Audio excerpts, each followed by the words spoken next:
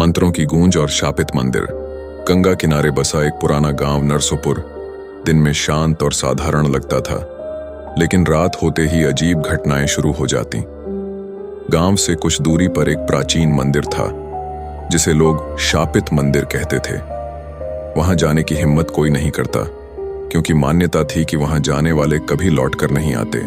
इस मंदिर के बारे में कई कहानियां प्रचलित थीं, लेकिन सबसे ज्यादा प्रचलित कहानी यह थी कि सैकड़ों साल पहले यहां एक तांत्रिक ने शक्ति प्राप्त करने के लिए तांत्रिक अनुष्ठान किए थे।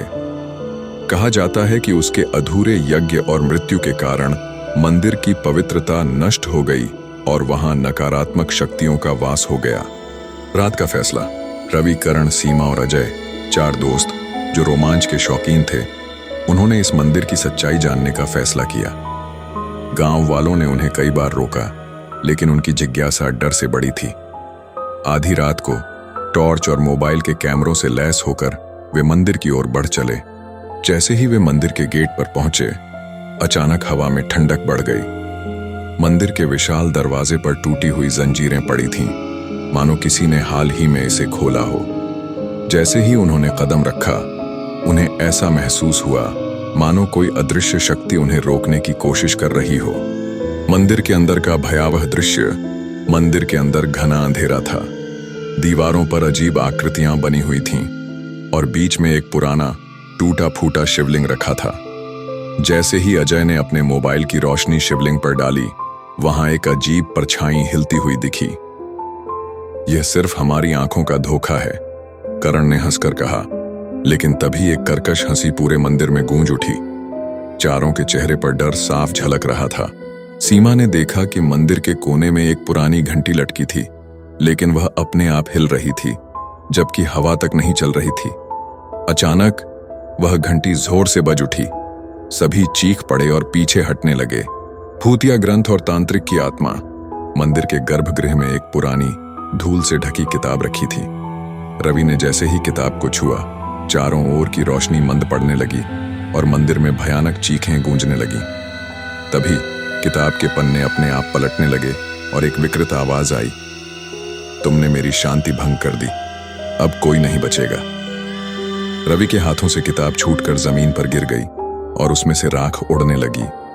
अचानक मंदिर की दीवारों से काले साए निकलने लगे, जो धीरे धीरे इंसानी आकार लेने लगे। रहस्य का खुलासा और अंतिम मोड़। चारों दोस्तों ने भागने की कोशिश की, लेकिन दरवाजा अपने आप बंद हो चुका था। तभी एक बूढ़े साधु की आत्मा वहां प्रकट हुई। उसने कहा, तुमने इस शापित स्थान को छेड़कर गलती कर दी। यह मंदिर तब तक मुक्त नहीं हो सकता जब तक तांत्रिक का अधूरा यज्ञ पूरा नहीं होता।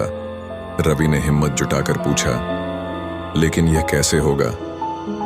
साधु की आत्मा ने बताया कि उन्हें मंदिर की घंटी 3 बार बजानी होगी और शिवलिंग पर गंगा जल चढ़ाना होगा, तभी यह श्राप टूटेगा। लेकिन जैसे ही उन्होंने यह करने की कोशिश की, काले साए और तेज होने लगे। वे अब आकार बदलकर रवि और उसके दोस्तों की शक्ल लेने लगे। सीमा डरकर चिल्लाई, ये हमें मार डालेंगे। आखिरी प्रयास और अंत। रवि ने हिम्मत करके मंदिर के अंदर रखे जल पात्र से गंगा जल उठाया और शिवलिंग पर डाल दिया। करण और अजय ने मिलकर घंटी बजाई। जैसे ही तीसरी बार घंटी बजी, एक जोरदार गूंज हुई और तांत्रिक की आत्मा एक चीख के साथ जल उठी। काले साए विलुप्त हो गए और मंदिर का दरवाजा खुल गया। चारों दोस्त भागते हुए बाहर निकले और मंदिर के ऊपर से एक तेज रोशनी उठी। अब वह मंदिर पहले जैसा डरावना नहीं लग रहा था।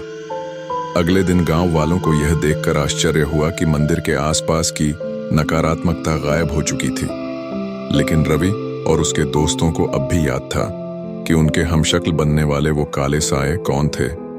क्या वे सच में मिट गए थे या कहीं छिपकर अपने अगले शिकार की तलाश कर रहे थे?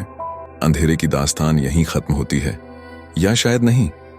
क्या सच में बुरी शक्तियां हमेशा के लिए खत्म हो जाती हैं, या फिर वे किसी नए शिकार की तलाश में छिपी रहती हैं?